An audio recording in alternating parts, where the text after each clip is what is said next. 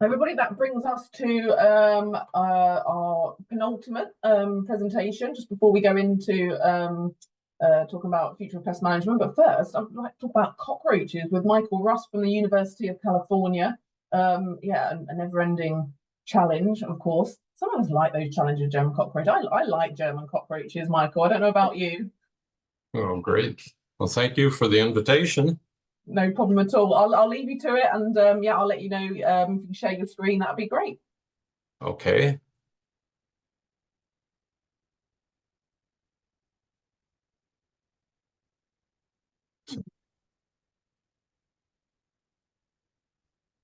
There. All right. Well, thank you for the invitation. One of my first assignments and challenges really as an entomologist when I joined the University of California some 50 years ago was in fact the biology and control of the German cockroach. It's been a long study, a lot of interesting information about the biology, ecology, and the control. But recently, with the use of the molecular technology, we really gained some additional insight into this particular pest species. We know that now it probably originated in Asia. Originally, we had always thought that it had somehow moved out of Africa. We also know that this species has never really been collected in the wild. So no matter where you are in the world, this species is always collected indoors, associated with humans and human activity. We also know now that it's not really a recent invasion.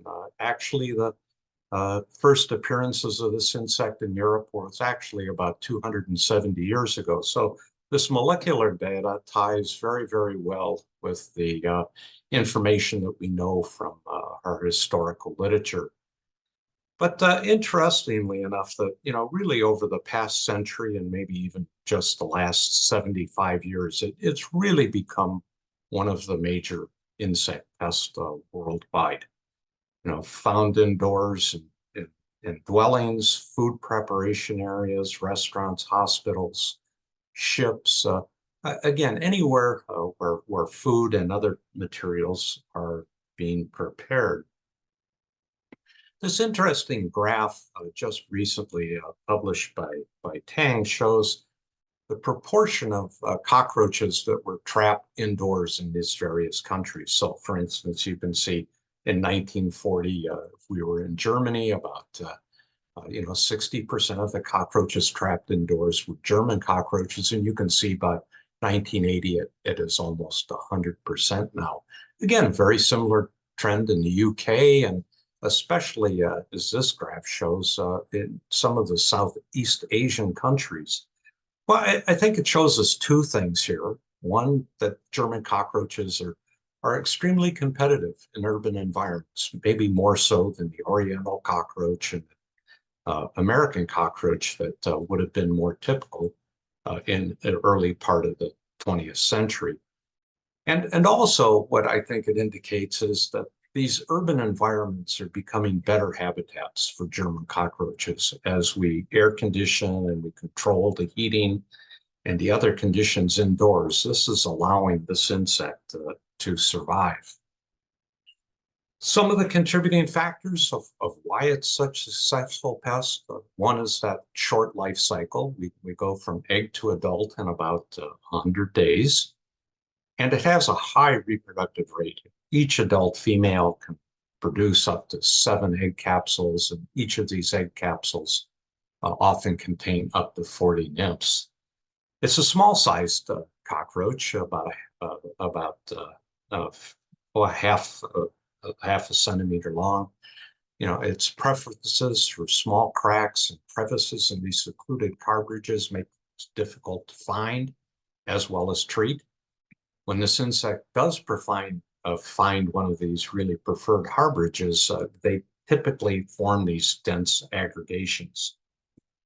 Over the past 75 years, this insect has shown a tremendous ability to develop insecticide resistance, both physiological as well as behavioral. So as we constantly are changing chemicals to try to get a control. The insect is also capable of avoiding these deposits. Sometimes people refer to this as repellency, but as I'll show you, it's actually more of a learned type of behavior that it takes time, but the insect is capable of avoiding certain insecticides that we use as residual deposits. And as I mentioned before, here's an insect that's totally reliant on human activities and commerce and whatnot for dispersal. Over the past 75 years, the main emphasis has been trying to achieve control primarily by the use of chemicals. So here you can see a little bit of timeline. The first really successful material that was used actually was chloridane, and its use continued on until about 1988 when it was ultimately removed from the market in the US. The organophosphates and carbamates, and then pyrethroids. So we've gone through a number of different classes of insecticides that we use as sprays. Boric acid and the desiccants, the dust types of materials developed by Walter Ebeling at University of California at Los Angeles have been, I could say, popular over time. They've sort of lost some of their appeal, but recently the desiccants have found a new role in controlling bedbugs. In the 1980s, we went to a lot of crack and crevice types of treatments where we're trying to limit the amount of pesticide that's used indoors. And in 1995, we had a really, I would call a game-changing activity with the development of the hydromethylamine bait in combat. We've always had cockroach baits for centuries, but it wasn't until 1995 that we finally had a bait that you could actually obtain outstanding control. And so here's sort of the timeline and the frame of these chemicals. And I want to look at this, and we'll talk about this a bit more as the presentation goes on. There are a lot of sort of so-called common knowledge that you often see in the literature and trade journals and people talk about, and we want to look and examine some of these a little bit closer. The idea that they've developed widespread insecticide resistance. You know, that pyrethroids and pyrethrins are repellent to cockroaches. Want to take a closer look at that. Sprays applied to baits are repellent, decreasing the activity of baits, so you want to avoid that. The combination treatments are often improve control. And finally, we'll look at baits as a total answer for control. This is an interesting graph that just was recently published. And the solid line you see here over time, over the last 75 years, shows the development of resistance to various insecticides by the German cockroach. Starting down here with chloridane, going through diazinon and complerophos, the organophosphates and carbamates such as propoxer, and now many of the pyrethroids that have been standardly used. So you can see we've been on this chemical treadmill. We begin using a particular compound, very, very quickly with this insect resistance is developed. Compare that with the two lines down here that show for the oriental cockroach, Blatta orientalis, or for the brown cockroach, you can see only developing resistance to DDT and diazinon. So again, this German cockroach has a remarkable ability to develop resistance. I would like you to note, though, in this graph, you don't see boric acid, the desiccants, the silica gels, or IGRs. And so again, there's been very little development of any kind of resistance to these, and some of those remained as effective tools in control. Here's just a recent display of some of our data, as well as data coming in from various labs throughout the world. And you can see the insecticides, the top insecticides, cypermethrin, dethylmethrin, are pyrethroids, and you can see that the high development of the resistance ratios there. So that, again, a lot of these field populations extremely resistant to the pyrethroids and the synergized pyrethrins. Down below, you can see some of the bait materials that have been used, imidacloprid, nifipronil, and doxycarb, and others. And again, you can see this a much lower level of resistance, but resistance nonetheless developing to these materials. So I think the take-home message here is that yes, if we're going to use these kinds of chemicals, we're going to need to be really judicious in it because, again, this insect has the rapid ability to develop resistance to this type of approach.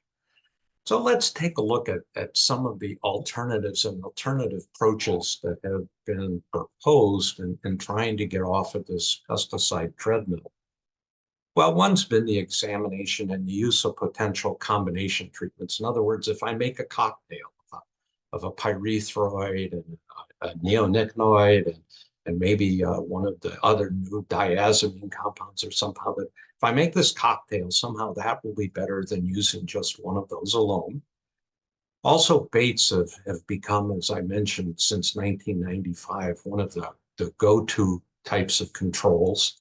I want to take a look and think about that a little bit more.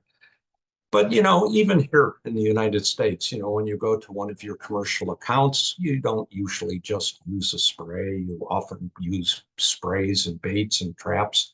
You might have a multiple effect of using different control strategies. So I want to take a look at that. And then finally, we'll end up the talk at looking at some new chemistry, which I think is extremely exciting. These isoxazoline compounds that are being developed in the animal care industry. How do we do this? That's the question. In the laboratory, how do we look at these different types of approaches and evaluate what their potential is? And we've been using this Eveling Choice Box for the past 50 years, and it's an extremely useful tool.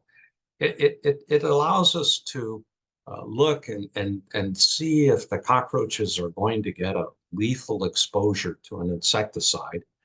We can look at that learning or the avoidance that I talked about. And you'll see that one of the trends that we have found over time is the avoidance or the ability of this insect to learn and to avoid contacting one of these residual deposits depends upon the speed of contact. So let's examine this box a little closer before I show you any data. So here's the box. We have two compartments. It's of one compartment is the dark compartment, which is covered and it's dark all the time.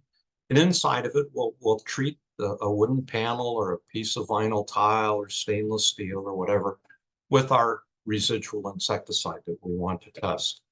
There's a small hole at the top of the box that allows the cockroaches to move between the dark compartment and this light compartment where there's a water jar and the food. So if you think about it, this is sort of like a miniature cabinet or miniature area inside a kitchen where you have your water and food out in the kitchen. The cockroaches come out to forage at night.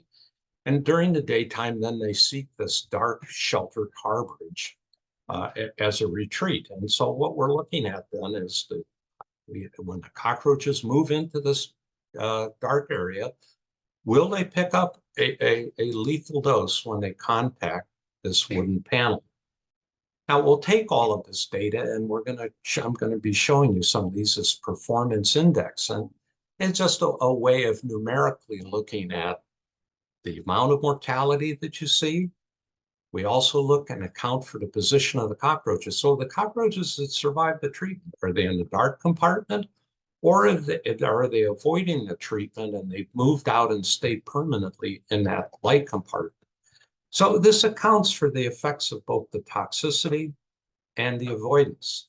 And what we found over the past 75 years and what people have been using this is that it provides a really nice predictive value of what you might expect, especially in the field when you're using this kind of treatment control.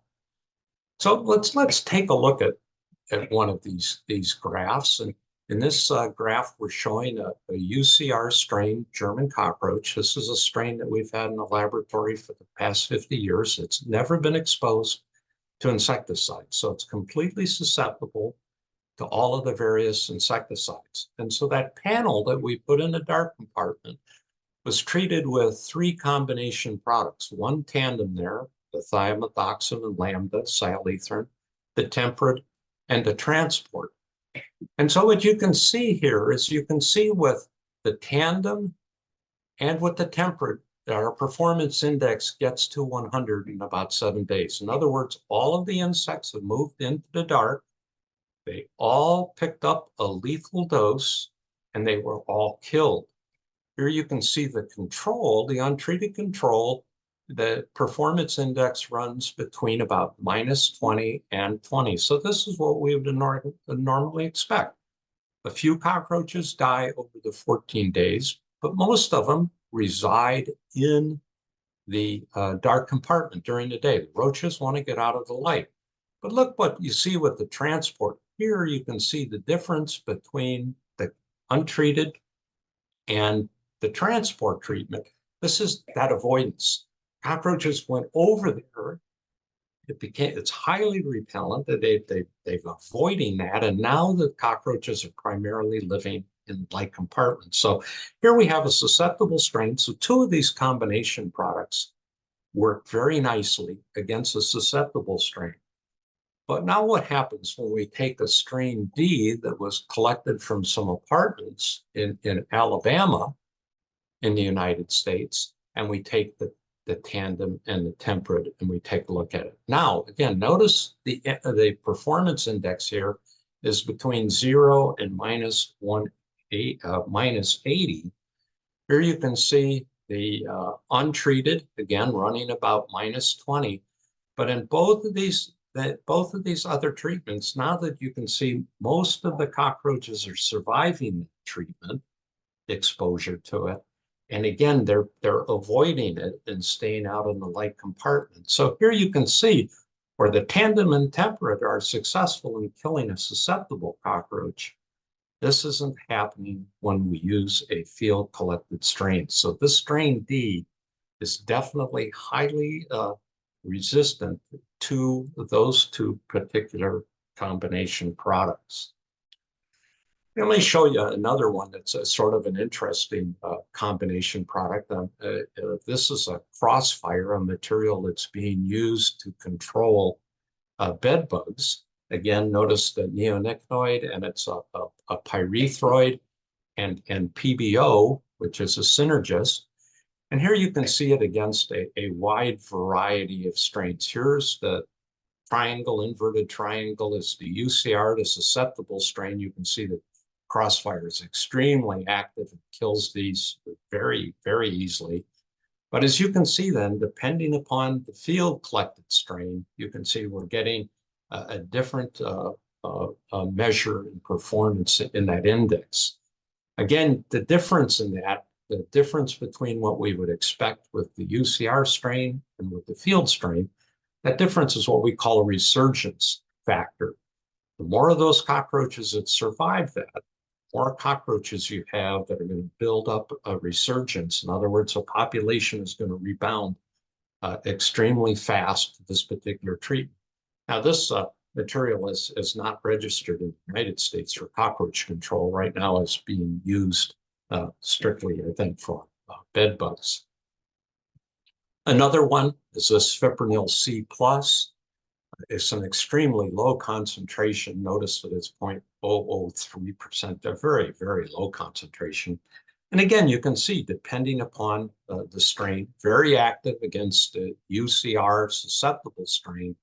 But again, when we begin testing it against strains that have been brought in from the field, you can see that there's at least 2 or 3 strains that are quite resistant to this. Now, we think that if you were to increase the concentration, possibly up to about 0.05%, something more similar to what you would use with a pyrethroid application, you would probably get a much, much better level of control than we are with this very low moderate rate. So comments and thoughts here is that, again, if this pyrethroid resistance exists, what we call knockdown resistance or KDR, it's going to be very unlikely that cyfluthrin or deltamethrin, bifenthrin, or the other pyrethroid combinations that are out there are going to be effective. Now, it's true that the PBO, that synergist, is probably going to be somewhat effective in reducing some of the metabolic resistance levels that you see in those field strains. But it's not going to eliminate the KDR effect that we see with that site mutation. So it's going to be unlikely that these combinations are going to provide too much control. Finally, the fipronil sprays might be effective if they were used at extremely higher rates. I want to spend just a minute on baits because, as I mentioned, since 1995, it's just been a revolution in control. These are two graphs that were published by a graduate student at the UC Riverside. And there are two baits, Advion Evolution and the Max Force Impact.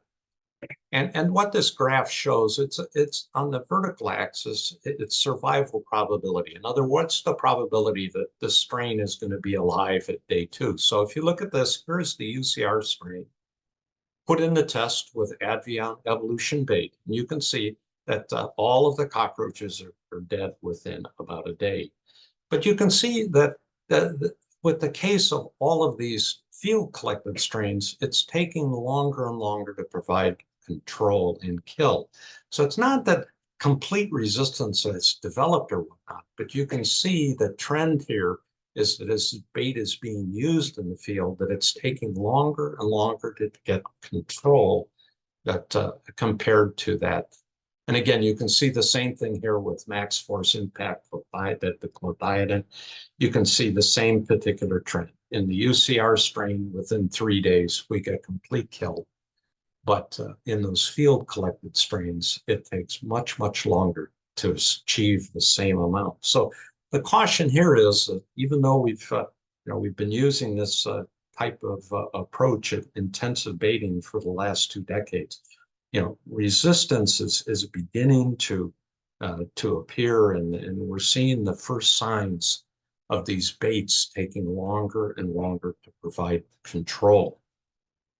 So again, decreased activity in certain baits in the field. The take-home message here is, and I hope that you take to heart here, is that you need to begin to rotate baits. In other words, we need to use baits that have different modes of action. You don't want to use the same bait over and over again. So what you want to do is every probably 3 to 4 months, you want to rotate from a neonicotinoid type of bait to the pyrrole fipronil type of bait, or possibly abamectin or one of the other materials. But you don't want to use baits with the same mode of action over and over again. We want to reduce the possibility of serious resistance developing to our bait technology. To do this, we have been looking at some of the sprays and baits that are commonly used by PMPs here in California. So you can see the sprays we were interested in looking at. These were materials that they were using in their commercial accounts, Exciter and BP100, the synergized pyrethrins, and 2 different pyrethroids, Suspend and Tempo SC. The 10 guard I put in because I wanted a softer pyrethroid like permethrin in evaluation. And we were also interested in looking at these 2 particular baits. So again, the testing conditions were like this. We had the choice box. We would spray the panel and we would have no bait.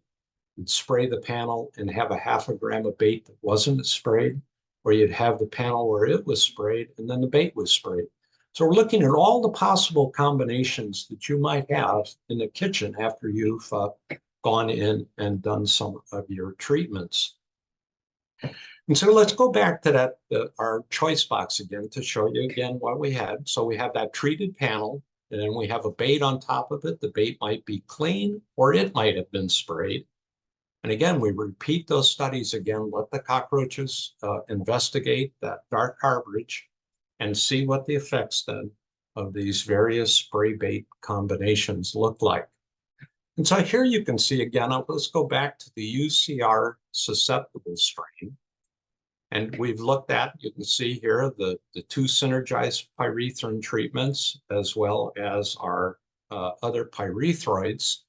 And notice that against the UCR strain, two of the pyrethroids, the cyfluthrin and the deltamethrin, are extremely active, and we get 100% control of the German cockroaches in 14 days. But notice here with the synergized pyrethrins that again, you can see this avoidance. You can see this low level of mortality. The cockroaches are avoiding going over and touching those treated panels, and they're staying out in the light arborage, avoiding the treatment. Here you can see the permethrin, and the reason I selected it, because I knew it would be in sort of this middle range. So it would give you an impression of something that's highly repellent, or where the insects are avoiding the treatment, and something here where you can see where they definitely picked up that lethal dose. So this is when we use the tandem and that to look on a susceptible strain. But now let's take a look here at various field collected strains. So we have that UCR strain, the inverted one here, so the deltamethrin PS is extremely effective in providing control. But here you can see with these three field strains, Auburn D, E, and WM, you can see the control levels have dropped way, way off. So in other words, the resistance that's developed in Auburn D, E, and WM strains, it is essentially enough to prevent this material from being effective in providing control in the field. So it's a pretty good example of what this resistance impact looks like.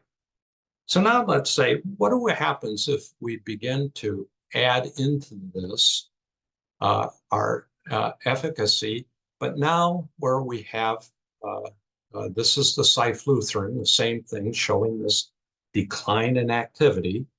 The cyfluthrin and the other pyrethroid are, again, being affected by resistance. But now here's what happens when we begin adding a bait into this. So if we have the impact bait, the clothianidin bait, notice that all of the treatments, whether we've sprayed the panel, we sprayed the bait, whatnot, you can see we almost have a complete 100% mortality within 7 days.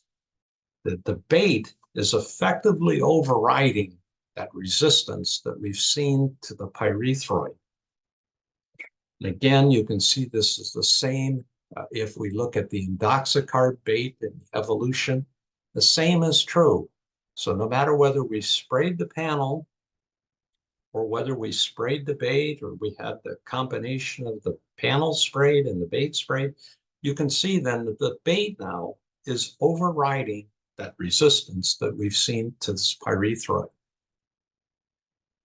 And however, what is interesting is if we look at the two synergized pyrethrin treatments that we had, the BP100 and the Exciter, you can see though the difference, there is quite a bit of difference here. With the synergized pyrethrins, we begin to see less activity at the baits. In other words, now there's less consumption of the bait, and the cockroaches aren't as willing to touch those particular baits that have been treated with the synergized pyrethrins. And so this is with the WM strain. So let's go back and think about what we were saying with this. So again, these baits have the ability to override that pyrethroid resistance that we commonly see now in the field with German cockroaches. Those synergized pyrethrin sprays have the greatest impact on the baits. They reduce its efficacy and effectiveness. So here, it's probably true. It would probably best, if you're going to use these combinations, spray first and then apply the baits. You want the baits to be consumed or to touched by the insects, so you don't want to spray the synergized pyrethrins over them. Again, as I tried to emphasize before, again, resistance to bait has been documented. There are some strains that are developing resistance to these baits. So again, you're going to go with this kind of approach, which is reasonable, but you want to rotate with different baits that have different modes of action. Now, some of the new chemistry that what I've been interested in and really exciting is called these isoxazoline chemistries. They're rather unusual compounds. You can see they have these 5-membered rings, and they have these trifluoral groups here. And over time, there's about 20,000 compounds that have been synthesized over the last 5 years. This is fluorolaner. This is the active ingredient in Perfecto, one of the animal care products. And this is where this chemistry has come to the forefront. This afoxolaner, fluorolaner, ceralaner, lottolaner are all of these isoxazoline compounds that are now in these animal care products. And this is really a pretty exciting chemistry. We've been looking at one that is being developed by Syngenta. It's isocyclosuram. And here you can see in that choice spot study again that, again, very, very active against the UCR strain. And then some of those very, very resistant strains that I showed you in some of the previous slides, RG386 and the D strain and whatnot, again, seems to be very, very active against it. So this, again, looks like a very promising type of chemistry that we'll be able to add to our spray technology. So again, the summary to come back, these isoxazoline compounds being developed primarily to control fleas and ticks and whatnot, have a very, very similar mode of action and activity as fipronil. So again, that could be an excellent replacement for fipronil in the future. This fluorolaner and this isocyclosuram we've been looking at have delayed toxicity. In other words, instead of dying within 24 hours, often it takes about 3 to 4 days, but that makes them extremely effective in bait formulations. So all of the bait formulations we've looked at so far have been very, very good. So again, this is an extremely interesting group of compounds. They have a broad spectrum of activity on insect bites, and ticks, and again, biting flies. All kinds of insects are affected by these. And I think it's a chemistry that you're going to see here in the very near future to a greater extent. So let's go back and maybe summarize sort of some of the things that we've talked about and things for you to think about, when you're approaching both the use of space sprays and your crack and crevice work and your baiting. Again, I would recommend that the pyrethroids that and the synergized pyrethrin sprays, you should use, I think, sparingly. Again, most of the field collected strains of cockroaches that we're bringing into the laboratory now and testing, most of them are fairly resistant to this particular approach. So I think that should be only used sparingly. There's very limited evidence that these mixtures using combination types of products and whatnot, where there are 2 or 3 insecticides, are going to be very effective in this. So again, that's not a particularly attractive approach. The baits, again, I think should be used in conjunction with the sprays. And again, I would suggest, just out of a caution, that the surfaces be sprayed first, and then you go back and apply the baits. Again, this way you're not risking whether or not you get any avoidance on the efficacy of the baits.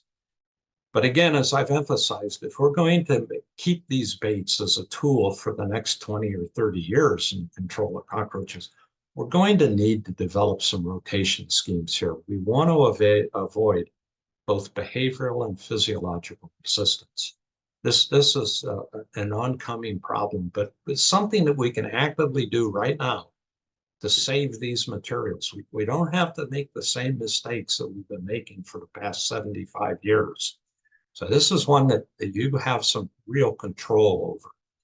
And then finally, I think that the new chemistries and these isoxazolines are going to provide us some additional sprays and bait tools here in the future. but it's important. It's important that we don't repeat the mistakes of the past. We need to be careful and judicious in their use, and really need to, follow some types of rotation and not use that same chemistry over and over again until resistance develops. So with that, I'll end, and hopefully we'll have some time for questions. My mute button wouldn't click then. Sorry about that, Michael. Thank you so much. That was amazing insight into the chemistry and the science behind the things that you do. And certainly a couple of things I get queries from our members all the time, but definitely about that mixture of whether to spray and bait at the same time and how to do it. I think that's going to be really interesting to everybody here to think about that a bit more. Mm-hmm. Certainly. So with the spraying, then you say about spraying a surface and then baiting. Would you spray it and let it dry and then bait over the top of it, or can you do it straight away? What would be your kind of practical recommendation for that?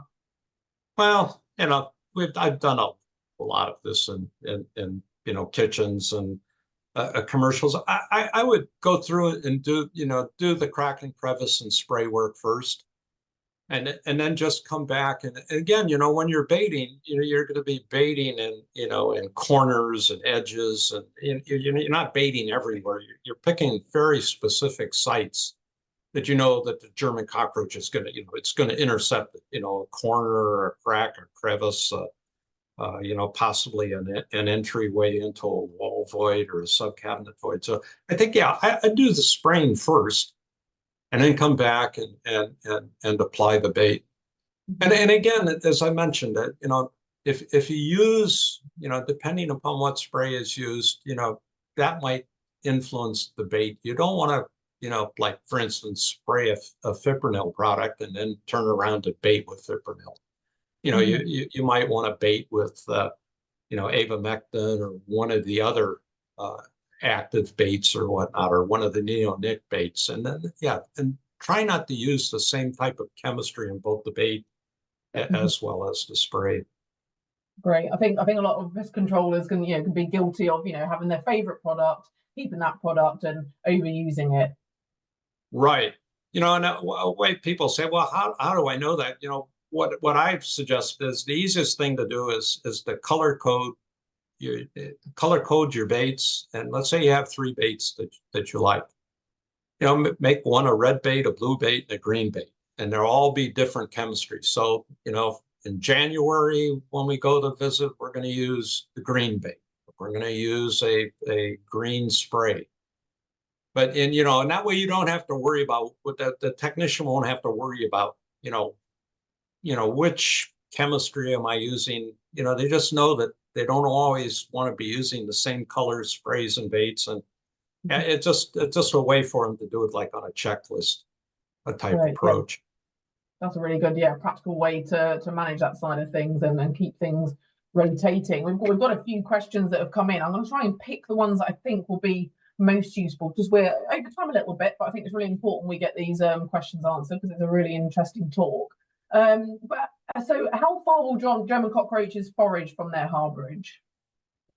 Well, the studies have been done both mostly in the laboratory, but some have been done on abandoned ships and whatnot in harbors, and they can forage maybe 75 or 100 feet, 150 feet max. But typically, what happens that this insect is focused on food, water, and that preferred dark harborage. And when it finds those 3 close together, you're going to have a massive problem, because the insect doesn't have to go very far to find food and water. And so the cockroaches tend to do that. They want to aggregate where those 3 conditions exist. So, if when you're doing your work, if you can use a dust like boric acid, or even, preferably like boric acid, but you could use some of the desiccants, and you eliminate that dark harborage, then the treatment with the bait, the treatment with your crack and crevice sprays, whatnot, is actually going to be improved, because now the insects don't have that preferred harborage. They're going to be out exposed.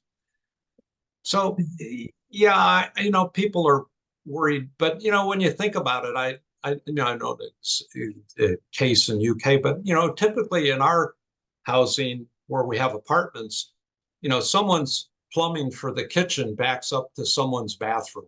In other words, it's only a matter of a few centimeters from someone's kitchen to the next apartment. I mean, they're not foraging usually huge distances. They find that they find those ideal conditions, and then they aggregate to them. Indeed, yeah. Bit like humans, really. We like to have a nice, safe harborage, where it's warm, and then some food nearby we can get to access to quickly. So it's like yeah. And the studies that Ebeling had done back in the 1960s showed that. And what happens is the cockroaches, they'll start off in 3 different places, but once they find that ideal harborage, they'll move to it and aggregate in it. Yeah, and those are the places that need to be targeted. Absolutely. Just one more quick one before we go. So, what about insect growth regulators within these formulations? Yeah, that's something that's a little harder to study in the lab, because again, notice that most of these studies, we're looking over a period of only 14 days. And the effects of these insect growth regulators are typically in weeks. You don't see the impact on the developing cockroaches for actually, weeks. And so it's a lot harder to evaluate. And and apparently, and I think over time that's one of the reasons they've sort of fallen by the wayside. Some of the new baits are, I mean, as I showed you in the graph, within just a matter of a few days, all of the insects are dead. They're relatively fast acting. And so, yeah, the insect growth regulators have sort of fallen away. And it's something that, you're right, we might have to come back to, to combat resistance. Good stuff. That's amazing. Well, Michael, listen, thank you so much for joining us. I know it's very early, I think, where you are, isn't it? Yeah, it is a wee bit early here. A wee bit early. Well, I'm off to California for some holidays in a few months. So yeah, I'll certainly be coming over there and hopefully getting some nicer weather than we have here in the UK at the minute. It's absolutely well, it's going to be over 42°C today. So okay, that's pretty hot. Yeah, that's pretty hot. It's pretty hot here right now. So if you wait until October or November, that's our really nice weather. A bit cooler, yeah, absolutely. We're all jealous. It's about 17, 18 degrees here at the moment and drizzly. So, but you're probably not surprised knowing it's the UK. Yeah. Great. Well, thank you so much again. All right. And Michael, have an amazing day. Thank you for joining us. Okay. Thank you. Take care. Bye-bye. Bye-bye.